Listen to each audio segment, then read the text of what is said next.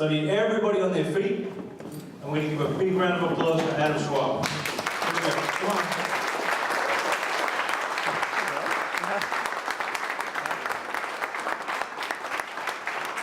All right, you're on this side? No, you're on here. Gotta go there, that's you. All right, so sorry guys, I'm going to tell you right now, this mic right here is pretty shitty. Okay, sorry. But I've got a good one here for Adam. Now tonight, if anyone hasn't been here, we just kind of run through Adam's story. At the end, we open up to question and answers, and then, yeah, a bit more networking.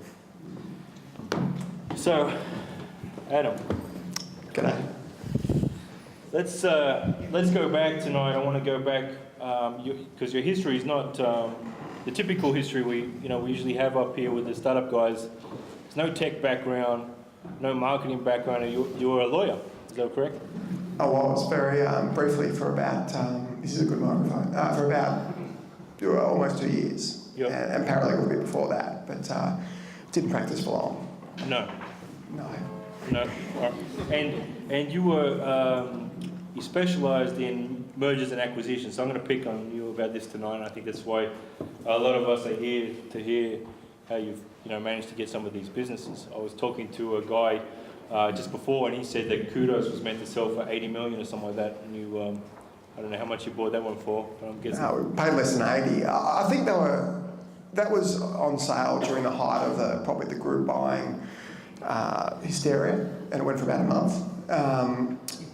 But they were looking for 40 to 60, I think, and I don't think they got much close to that, so they pulled it off the market, and we went through quite a long process with them, and eventually they were going to buy us, and then we ended up buying them. So it was a great result for us in the end, but we fortunately didn't pay 80 million for it. No, thank God. Can we take it back? So you're a lawyer. What, you just didn't like the day-to-day grind? What happened? Where did the entrepreneurial spirit come from? And I always like to hear, like, was your mom or dad an entrepreneur? Was it something that kind of ingrained it?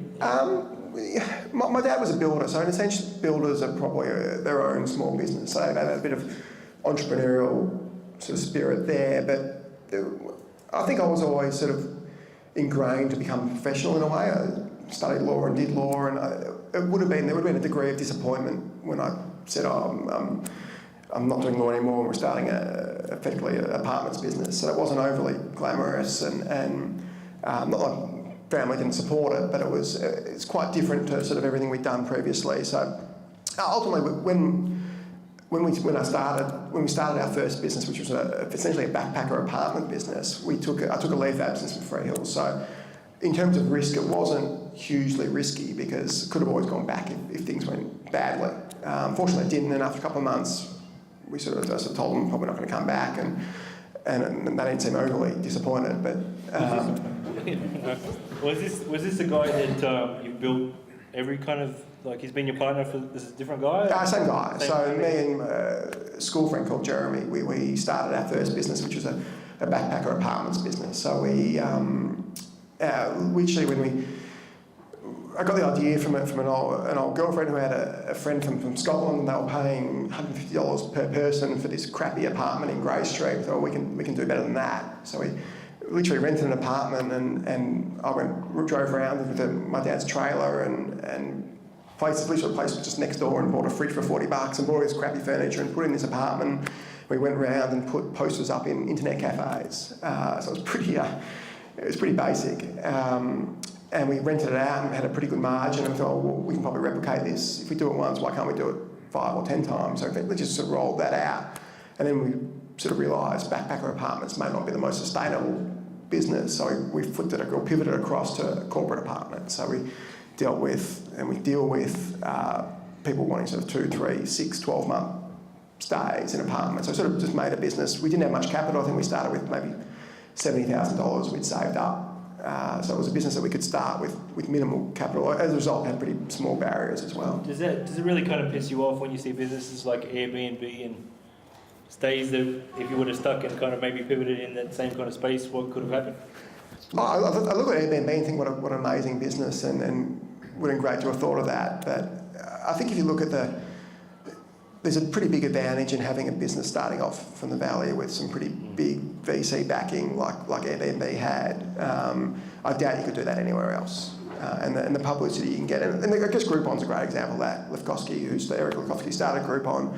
That was his fourth business. He had 3 pretty big $100 million plus exits. And it's a lot easier. You have a lot of expertise once you've done it before. So you look at Airbnb and it stays to a different extent, but Airbnb is an amazing business, but we couldn't have done it. So we look at it as what an amazing job and what a great way to start an industry that just didn't exist 6 years ago. Well, I know the guy, Chris Starkey, I think his name is, the guy that started Stays. Can you guys hear me all right too? I think he sold his business to Fairfax, something like that, and he was pretty pissed off the way it kind of went downhill. They didn't think about global scale or whatever, and didn't do much with it. I think he, got a bit of pocket change out of it, so he's probably happy about it. Anyway, you're doing this apartments, pivoted to corporate apartments. When did you have the idea to? Was it looking to the US to see what was working over there and thinking, we can maybe model something? I think we in around sort of 07, 08, we had this apartments business that was doing okay. It's maybe turning over a couple of $1 million a year and we were making a living out of it, but it wasn't something that was overly scalable. If we wanted to set up an apartment, we'd literally go in the apartment and we'd get furniture delivered and I'd put it together with my hands and use an Allen key and we'd put it wrong and have to do it again and it was just annoying. So we realised that whilst the business was nothing wrong with it, it wasn't a scalable business. We wanted something we could scale quite quickly and use the IP across greater customers. So we were sort of looking around. We had an idea that we started doing a maintenance business, which was an online maintenance, almost to assist real estate agents with. So say you rent a house and something goes wrong, and instead of having to call up the real estate agent, you do it online. It would all be an online system, and we started doing that, but agents didn't really love it or they couldn't be bothered, so we sort of ditched it pretty quickly. But we were looking for something that was scalable. And then in 2009, I went to the UK to see some mates that were over there, and we saw a business called Top Table, which has since been bought by Open Table. So what Top Table, it's a similar business to Dimmy here, and so what Top Table do is you jump on Top Table and they have 50% off restaurants, and pretty nice restaurants. And it's effectively a part booking engine, part discount engine. So we saw that model and sort of the entertainment book in Australia. We thought there was nothing online here. Dimmy didn't exist at that stage. We thought, why don't we do something like that? So we started, we had a mate of ours who we knew who was a pretty good developer, and we wrote a spec for him and he started developing this site. This is probably September 2009. And sorry, your co-founder, what was his background? He worked as a trader at ANZ Investment Bank. So you've got two guys with no technical background. Absolutely not. So neither of us can code, but both of us have not technical proficiency, but we sort of understand how stuff needs to work. We just don't know how to make it work. I love to hear stories like that because it's just so, venture capital saying it's got to be a business guy and a technical guy. So I love hearing that you did it without it. So. Well, we love it. I think both of us regret not knowing how to code, but we've certainly gotten by without it. But yeah, so we had this idea of this restaurant business. We thought it was a good idea and probably spent 3 or 4 months starting to develop or writing up specs and developing this website for it. And nothing was really around in Australia. Then Jez went to the States and saw this business called Groupon. Sent me an email saying, check this business out. And I looked at it and thought, this business sounds pretty shit. I don't think it'll work. And he goes, they take 50% commission. I said, well, maybe it does work. And they're selling 10,000 vouchers and all this kind of stuff. And he goes, I said, well, why don't we give it a try? We put that restaurant thing on hold and started doing this Groupon claim. We called it Zoopon and registered it. And a couple of days later, Scoopon registered, Catch of the Day registered Scoopon. And they later sued us for passing off, but we amicably resolved that. So in January 2010, we started this Zoopon business, and nothing in Australia existed like that. So we started developing it. We weren't rushing it. We had this other apartments business, so we were just sort of doing our thing and then slowly doing this Zoopon thing. And then we saw Spreets launched, and Ufa launched, and Jump On It launched, and Scoopon launched. Is it Scoopon? 4 of them launched. And we thought, I better get a move on because it's a bit of a land grab. So we sort of quickly wrapped up the dev work and went live in July 2010. I guess the difficulty for us was it's the ultimate chicken and egg, like most startups face, because we had to try and sell these businesses to say, we'll sell vouchers, we'll get customers through your door, but we had no customers. So that Jeremy came up with a pretty good idea. There was a Facebook page called Secret Melbourne, and we essentially got the rights transferred to us. You can't buy Facebook pages, but the guy effectively gave us the rights because he had no need for it anymore. And that's sort of how we got our initial database. This was back in the day. Can you elaborate on that? Because I think it's a big problem that most startups face. That we need buyers, but we've got no suppliers yet. So can you just talk a little bit more? I guess aside from the Facebook page, on how you did that, and then how you got the customers around after you had the suppliers. Yeah, I think it's a tough. The best businesses have a great degree of virality to them, and we certainly had some virality in the early group buying days that did fade, but there's certainly a degree, and I guess when you have a business that offers pretty big discounts, there's a natural sort of viral impact. But we did a fair bit of affiliate marketing in the early days as well, which from an ROI perspective probably wasn't the best bet, but it did get us to some scale relatively quickly. And then we did some radio stuff and a fair bit of Google stuff and all the other normal digital channels that people do.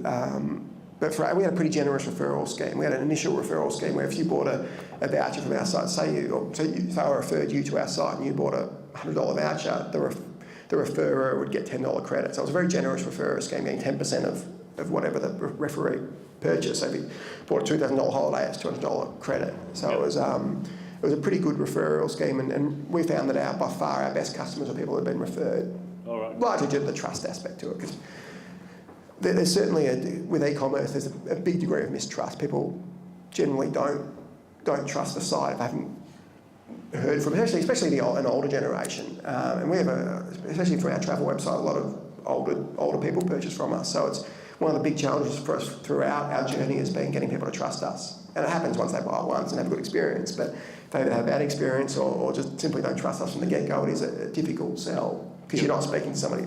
But I'm not speaking to you one-on-one, I'm speaking via a computer screen with preloaded text and whatever else is on there. Yep. So sorry, can we skip back again? So you buy this Facebook page of these guys, kind of shortcut a bit. You're giving these guys this generous affiliate program, but essentially word of mouth was a big driver for you. And then, okay, so you've got then what, you're just hitting it hard, all these guys for deals, just discount your stuff, put it on our site. Yeah, I think that was a real challenge because we were getting people like restaurants and day spas to take 70% off their normal price and give us a 30%, 40% commission. So it's a tough sell, and our sales team did a pretty good job of getting that over the line. And I think we still think the model is a good one, and does work for most of our partners. And we're probably the majority of our clients these days have done it 5, 6, 7, 8, 10 sort of promotions with us. So we think that the model, as long as the business is a good one and knows how to treat its customers, it should work well as a client engagement tool and a re-engagement tool and as a new client mechanism. So you get all these guys from supply side, and then how did you kind of push the button on getting people to come to the site again? I guess that was just a combination of sort of whether it be social media through Facebook and Twitter and I think in the early days we literally stood on the corner of, I think it was Queen Street and Flinders Street, and we had these sort of flyers printed out that you see people handing out, and most people just walk past you, and we're literally handing out these flyers and people thought we were beggars or whatnot, and we did that for a couple of days. It was free, so it was July 17, so it was like 5 degrees, and all these people who worked with the Freehills walked past and what happened to him. So we did that for a couple of days and then said, no, it's enough. And then we got some backpackers doing it, and I don't think they just chucked them in the bin and we're on their way. But actually, in the early days, it was actually reasonably. It was like the old equivalent of when we stuck things on internet cafes, and it might not be the most glamorous form of advertising, but it sort of worked at the time. Well, and when did you go, hang on, this is really working? I never ever really thought that, to be honest. I think we're a constant work in progress. And I guess the nature of the business, we're not a marketplace or a network like Facebook or a Seek. So you don't have that guaranteed. With the nature of all our businesses are flash businesses. So we've got to come up with the stock the next day on the site. So our travel site needs constant travel deals. Our brand exclusive site needs great fashion and homewares. On our homeware site, the home needs great homewares. Our deals and Kudo and Ufa sites need restaurants and day spas and whatever. So we're constantly having to work to make sure that the site is engaging and appealing to customers. So I don't think we'll ever think that we're sort of satisfied. Let me ask the question, I guess, another way is, when did it become too much for you and the co-founder? You go, hang on, we need some help here, and let's hire another sales guy. Let's have somebody, Debbie do the books. I don't know. And and then tell me about that first hire, and because I know it's so critical for most startups, that first hire. Can you talk about that? I think our first few hires were generally friends or family or related people in a way. I think one of our early sales guys was one of Jeremy's friends from school, and then we had our next salesperson was Jeremy's old roommate, and then we had a friend of someone, and then my now wife started working with us. So we've had a bunch, and then we had someone from our partner's business came across to do our. So we sort of just picked people up along the way, and quite a few of those early people are still with us, which is great. We had our next salesperson, I think we just put her through actually a CCAD, and she's still with us. So I've had a pretty good record of keeping those really early guys around. Was that like a matter of like a smaller wage and some equity in the business, or how did you do it? So for those employees, we didn't. It was generally a wage. I think it was generally a pretty fair wage. We've always tended to pay pretty good wages, not necessarily Silicon Valley wages, but sort of very competitive. And we've got a very small differential between our highest and lowest paid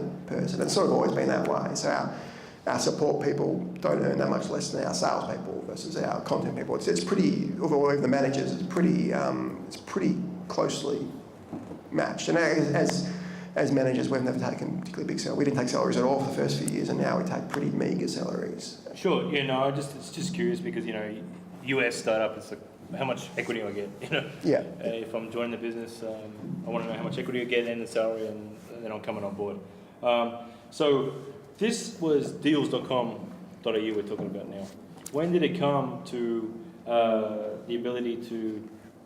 Did these other websites kind of come on your radar, or were you actively looking for ways to, add to the portfolio? Tell me about the next. The next one was a company called UFA, who was, at the time, this is in 2012, we were the biggest independent group buying site. So there was Channel 7, Channel 9, Channel 10 all had one. Groupon, Living Social, the other states had one, and Catch of the Day had Scoopon. So we were sort of next after those guys. And there's a company called UFA out of Sydney who had a bit of French VC backing, and had a French daily deal site as well. And they sort of just needed a bit more scale, and we could have used a bit more scale as well. So we brought the business together as a part acqui-hire, part scale-driven decision. They took some stock in us, and we then took UFA as a subsidiary. And then within sort of a week after that, we bought a business called WWE, which owned a business called Delaney, which is now the home from Rocket Internet, who a lot of people are probably familiar with. Rocket's a German business who are the most successful cloners in the world. They cloned eBay and sold it back to eBay. They cloned Groupon and sold it back to Groupon. They cloned a bunch of other stuff and sell it back or list it, and they've been remarkably successful at doing that. And they had a business that they were raising money for internationally, but their Australian business wasn't material to them, so they were looking to sell it or shut it down, and we happened to pick it up for not that much, and it became the home. Were they contacting you? Can you go through, like, to me it's amazing to hear, like, I'll give you the Brands Exclusive story where you got like 40 people competing to get Brands Exclusive and you win it. So what is the key to, you're really honestly the first person I've had that's, had done so many mergers or acquisitions. Can you give some insight into that process, maybe some tips for someone that's even, lucky enough to be in that position of acquiring a business? I think each one is different. The home one, there wasn't really any other competition for us, so we picked it up for a pretty low price, and that pretty much terminated all the staff, so we hired them back. So that was a bit different to Brands Exclusive, which was a very competitive process that Graham Samuel ran, and it was very well run, and APN, obviously a pretty sophisticated seller.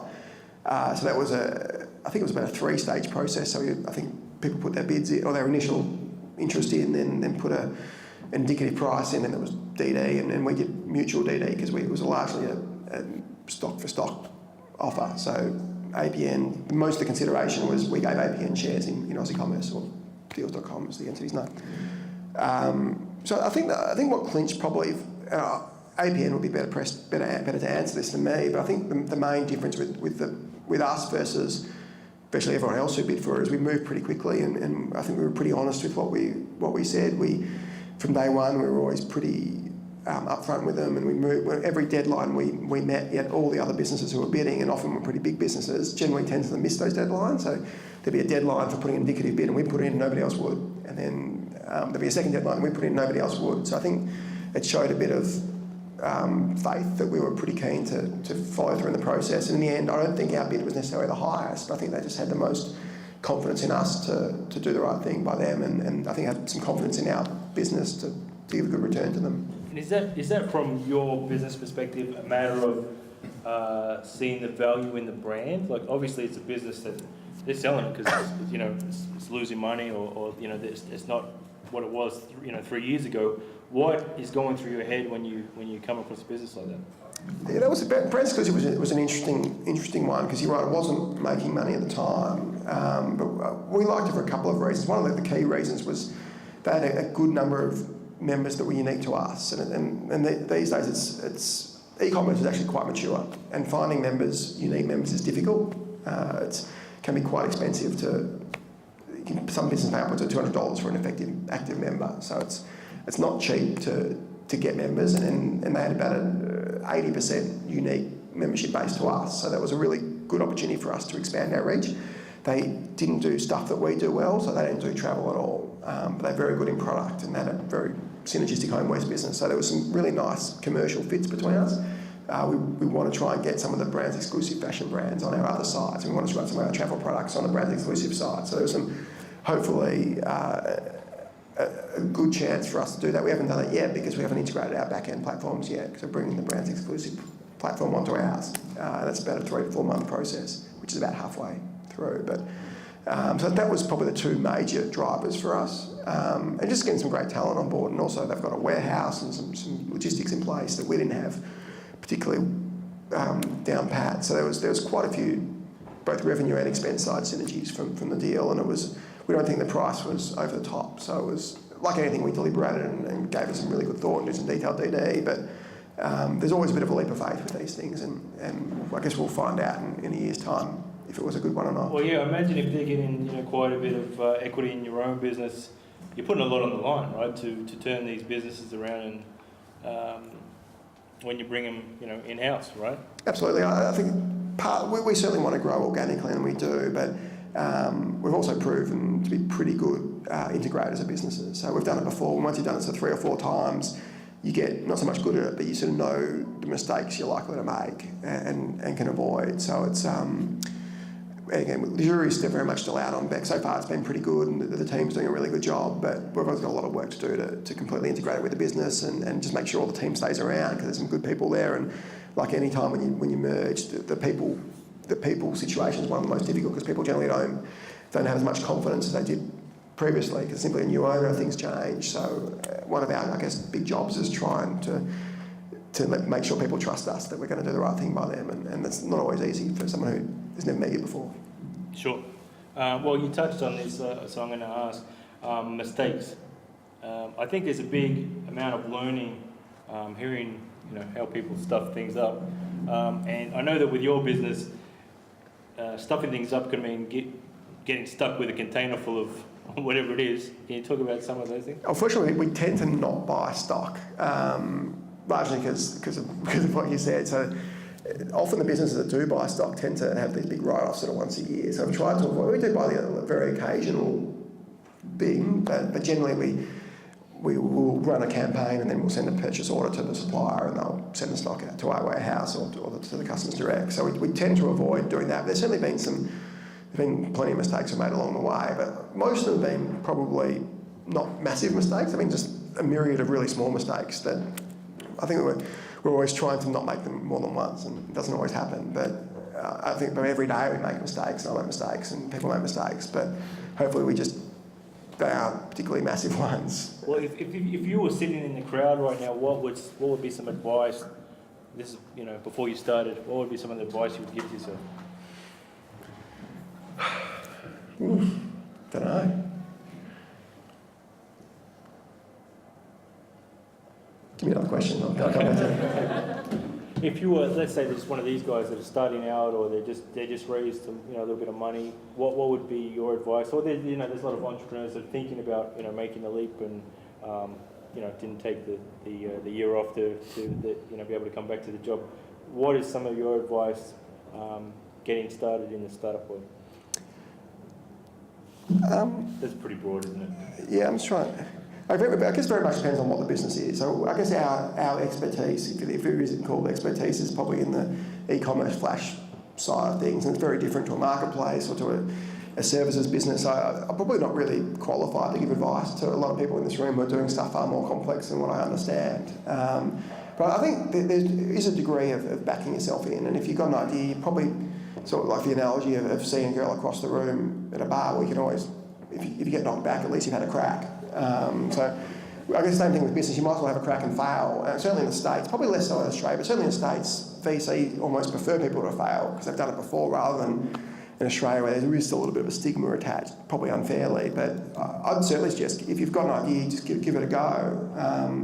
Worst case is you pick up some bit of experience and maybe lose a little bit of cash and a bit of time. But we certainly, I guess our apartments business, it's always made us money, and it was never a huge business. We had this amazing on-the-job apprenticeship that, whilst it wasn't an online business, there were so many things we learned along the way that were relevant to what we do today. Be it, essentially every business is selling something, and we learned how to sell stuff and how to relate to clients and customers and suppliers and present things and all that kind of stuff that it sort of becomes second nature when you've done it for a while, but you don't know it till you know it, essentially. So I'd probably say give it a crack and have a go, and if you fail, big deal, and if you do all right, fantastic, there's nothing really to lose.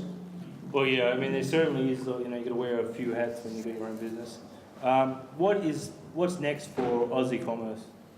We've been, so I guess, pretty public in saying we're assessing IPO options and other options and that kind of stuff. I guess from a commercial point of view, we just launched a couple of new brands recently. A brand called The Active, which is a sports sort of yoga and athletic shoes and all that kind of stuff, a site that is dedicated to that, which no one in Australia really does at the moment. So it'll be like an online rebel sport, basically. So putting a bit of energy into that, and we rebranded part of the Kudo purchase. We got a business called The Meat Merchant, and we rebranded that The Gourmet. So it's largely baked, so it's meat, chicken, pork, vegetables, wine, all that kind of stuff. So it's a pretty new site as well. So really putting a bit of attention to those two sites. Like a subscription kind of thing? Or? We might put a subscription element to it, a HelloFresh style thing, but at the moment you can just jump in and buy $10 worth of meat or $100 or $500. It's a fixed delivery fee.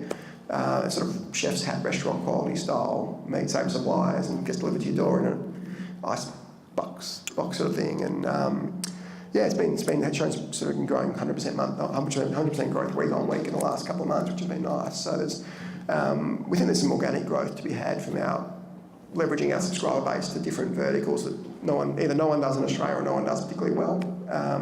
And we're also putting a lot of attention to our travel business, which is one of our better businesses, and about to start launching flights and doing a lot more with cruises and tours and that kind of stuff. So at the moment we do a lot of hotel-based stuff. When you got you just said growth 100% month on month, is there a few VCs that keep knocking on your door? Or? We've had very minimal interest from VCs. I think e-commerce in Australia isn't probably the most sexy industry. We've had probably more family offices speak to us over the years, but and we've certainly had conversations with VCs, but no one's really been so excited by the e-commerce. And then I guess you think about Insight investing in Aussie and Tiger and Catch, both one 5 years ago, one 3 years ago. There hasn't been all that much happening e-commerce wise in Australia for VCs, and probably in a way probably not a bad thing for us because we operated far more leanly, and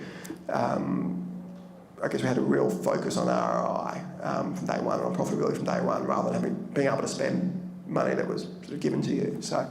But yeah, we haven't had a wealth of approaches that have been an evaluation that we'd really consider. Is that something that you can, I mean, a lot of guys, I think I say this every month really, seem that kind of see that raising money is like a big part of it, and it's almost become the goal to a lot of startups out there. What can you say that's been advantageous in kind of essentially bootstrapping your business and doing it that way?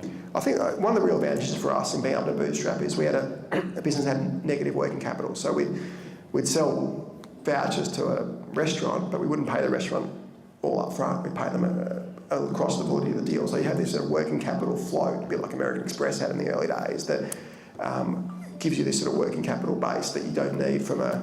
I guess it's very different if you've got a marketplace business or if you've got a SEEK or a real estate, and you've got to build up your customer base before you really get any revenue through the door. So it's very, and you really need capital there, but we didn't need it.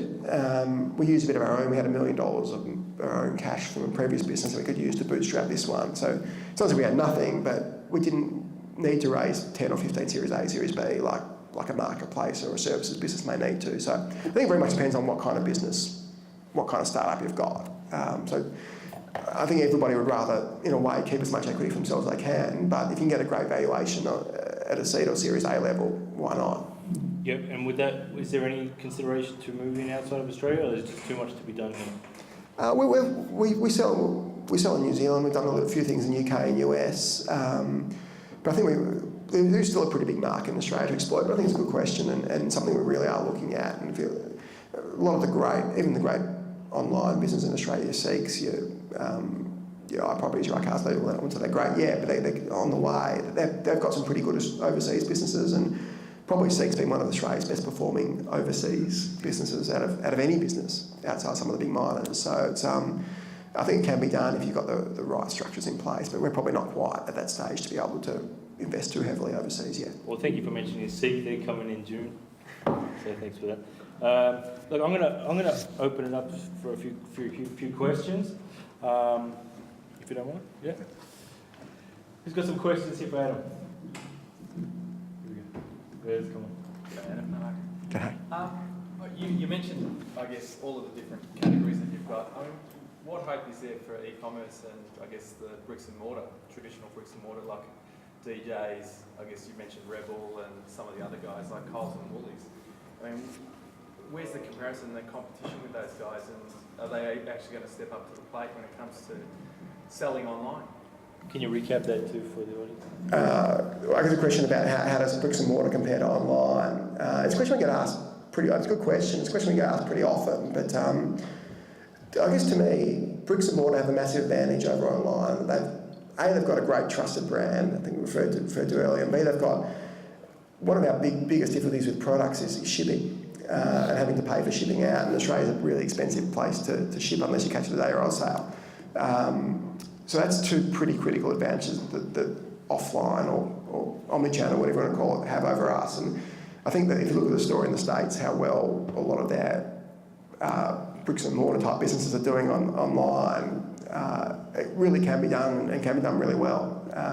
I think Australian retailers have had this sort of cosy oligopoly of sorts that they haven't really needed to. And in the last couple of years they've tried, but when you get IBM to do your $75 million system that goes down on Boxing Day, they just don't do a very good job of it. And partly because they haven't had to.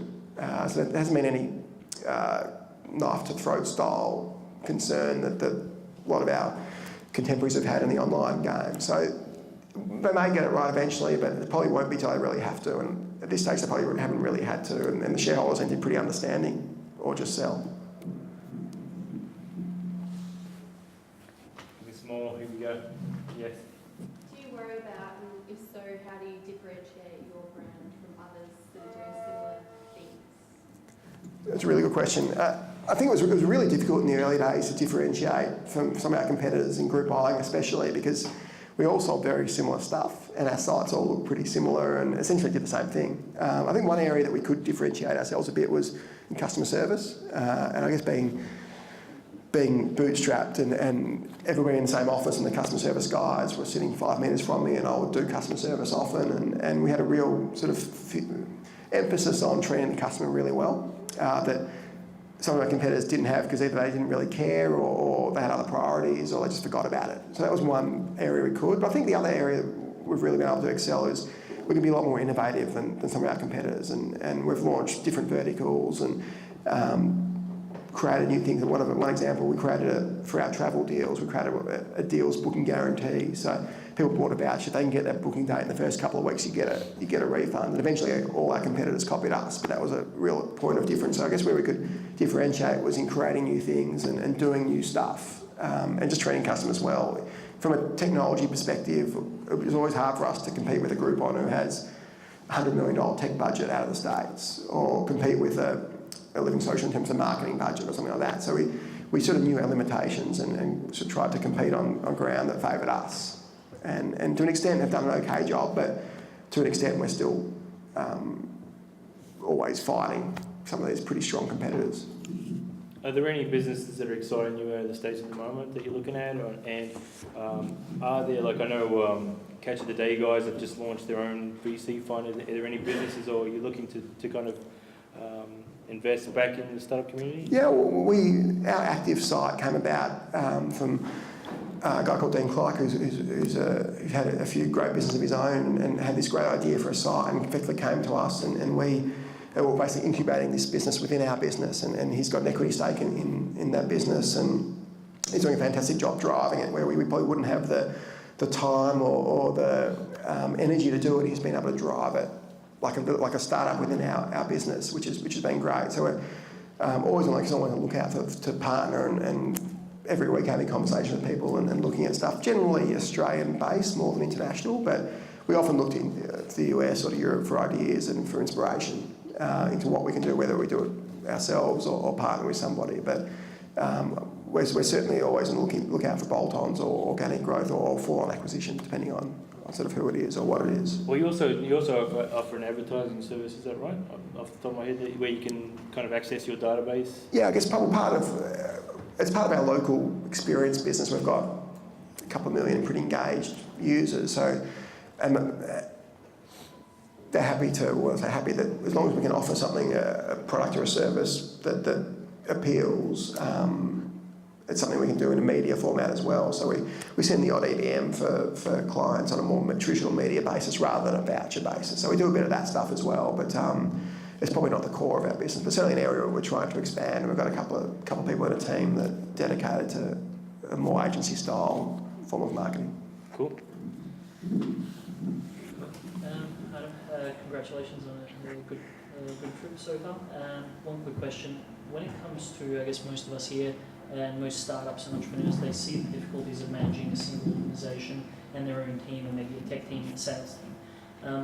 What is the main differentiator between that and the position we are right now? We're managing several companies and a group of organisations rather than one. What additional challenges does that add? In a way, it's almost easier because as we've grown, when we were smaller, we were one business. I kind of did everything to an extent. So you do support, finance, legal, marketing, whatever. But as we've grown, we've been able to bring a much better, stronger team underneath. So the home, for example, is run by Alexa Mills, who's a fantastic business person in her own right. So we can be pretty confident that she's doing a great job managing that business team with the active. So we've got some great members of the team that we can now lean on more. I guess whilst we have 9 brands, we've got, except for Brands Exclusive, which isn't yet on, one back end. So it's one, from an internal perspective, it's really one business. It's just 8 or 9 customer-facing brands. So we can, if we have a deal for the JW Marriott in Thailand, we can, it's a luxury escapes deal, so it's a travel deal, we can flick it across Kudo for deals with a couple of mouse clicks. So from an internal perspective, it's not as sort of unwieldy as it probably looks from the outside.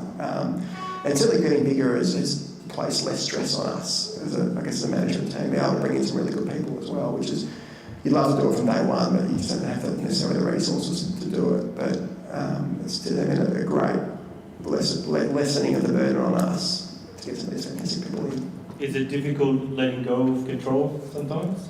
It absolutely was at one stage, and now I think it's actually pretty good. It's as long as you can trust the people who you're working with, and we've been pretty lucky that we can trust them and they do a really good job. But certainly in the early days, I used to do all the support tickets on weekends, and I'd get up at 6 a.m. on a Sunday and answer 100 support tickets. Then I'd check all the content that went on the site. So it was, at one stage it was a bit ridiculous. But now I've got a great team in place that can do pretty much all that stuff. So it's if I get called in, it's once a week on something that's just a small question on a content issue or support escalation, something like that. So it doesn't happen anywhere near as often as it used to.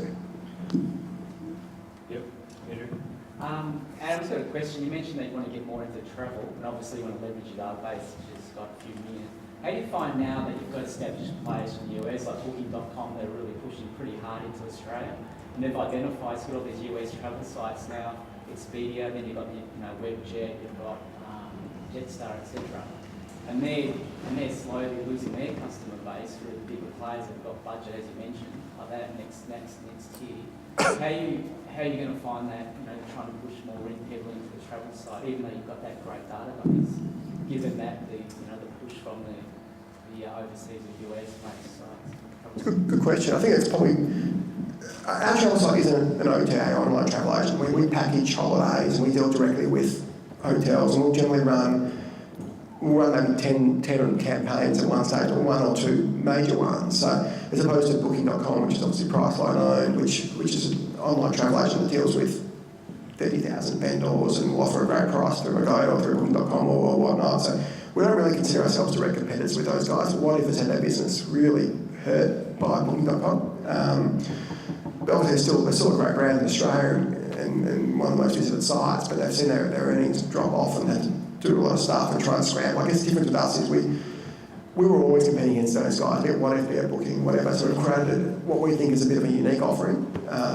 And we can sell in the space of a weekend, we can sell what flights into sells in a year. And we sold for SeaWorld, we sold $6 million almost worth of holidays in a week that no other travel agent can really do. So it's a slightly different model to those guys. And it's not to say that they won't move into what we do, but Priceline's now a $60 billion company, so hopefully we're a bit too small for them to be too concerned with. But if I was What If, and Webjet to an extent, I'd be pretty concerned about the likes of Priceline, the likes of Expedia, the likes of Allbirds coming to Australia and taking more market share, which is already sort of So happening. that's a pretty good way of distinguishing yourself in the marketplace to those in terms of travel, I guess, or generally with your offering, having that you can leverage your discount or the experience you have selling the smaller bundles as opposed to everything, Yeah, I think this is what we do in travel is nobody else really does. We'll focus on one great offer a week really and give that partner some great exposure. So we're more push marketing than pull marketing, which is what those online travel agents tend to be. So it's a slightly different model. Well, it's a different model to what those guys do, and I'd love to have an online travel agent like Booking.com, but sadly that was taken. So I guess we're trying to adapt to our circumstance and hopefully keep growing a bit the travel business in little niches and carve out a good business alongside some of those giants. So really you've got a massive opportunity given what that niche is that you're targeting. Yeah, we see travel as a really good opportunity for us. With full knowledge of it's a super competitive business and there's not really many easy pickings there. It's tough work. Take one more question. Is business analytics and remarketing, is that something that is a key focus for the amount of data that you're collecting, and are you doing a lot of data analytics to make decisions about your business? Really good question. We certainly don't do enough. We do a bit. We've got a team of people that work on that stuff, and some of the brands exclusive do very well. That we're trying to leverage some of their expertise. But I guess as an online business, it's kind of inherent in your DNA that you do that kind of stuff. But I don't think we spend as much time as we should personalising and making our emails relevant. We're well aware of this. It's partly a tech failure or a tech shortcoming of us and a resource shortcoming. Not something we don't want to do. It's something we're very cognizant of and need to do more of, but just haven't had the resources to devote to it. So whilst we do sort of a degree of personalisation and this degree of intelligence in our system, it's nowhere near the likes of your Amazons or those guys who are doing an amazing job of that. And obviously we do stuff like remarketing and all that kind of stuff, and our Google sort of acquisition cost is relatively low, and we've always been pretty good at that. But there's a lot more we can do with data, and we've got a lot of data on what people click on, what people open, what people buy, that we should be making more of, and it's certainly a priority of us in the next year or two to try and make the most of our engaged users and to not alienate them by sending them crap they don't want, really. All right, everyone back on your feet. We're going to give a big thank you. Here we go. Come on.